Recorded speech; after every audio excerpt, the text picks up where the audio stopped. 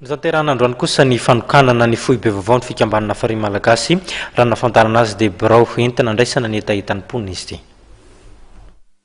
Vola madiodio mpikambana tao amin'ny fikambanana mpiaro ny zon'olombelona Hafari Malagasy no nahafahan'ny fikambanana nanorina trano vaovao izay natokana ho an'ny birao fiasan'ny fikambanana.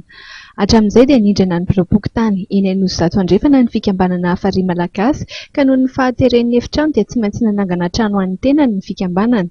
Nitetina 10 tapitrisa ariary ny vola lanin'ny fikambanana tamin'ny fanorenana ary tao anatin'ny 7 andro monja dia nijoro ny trano vaovao. Tsy ho an'ny Hafari Malagasy mihitsy ny trano manomboka androany zany dia efa afaka mandray ofan'ny fokotanana no satotsinanana voalohany ary raha misy faravan'ny fikambanana ao aoriana dia ambarana etona sy ambarana epabe-maso omenay ny fokon'olona madidio ary tsy takinay na diariary ara ny trano.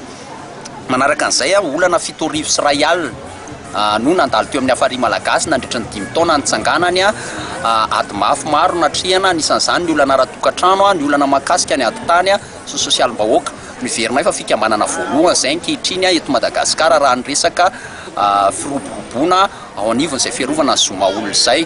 Ny zavatra tiana tenenina dia azo entanina tsara malagasy tsirairay avy, irahina azo entanina tsara malagasy ifankatia andray andraikitra sainga no aoka ho fantatra kosa aloha fa tsy tokony ho zarazaraina intsony malagasy ankehitriny ady amin'ny fantrano io. Ny zavatra hitomboana eto dia ara-toetsaina. Ny trano atomboka eto zany androany dia hoe fanamboaranay mihitsy andreo toe-tsaina hoe ahoana ny tokony ananana trano tena lehibe sy matizy eto amin'ny tany sy ny firenena. Hatramin'izay nisian'izay indrindra dia tsy nitsahatra nanolotra vahaolana ho an'ireo mpialabelona aminy ny Hafari Malagasy.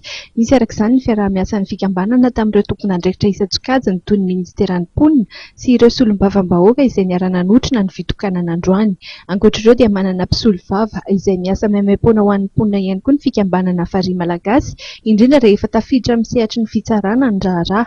Manomboka izao araka izany dia hitohy ary mafy kokoa ny asan'ny fikambanana Hafari Malagasy amin'ny fiarovana ny zon'olombelona.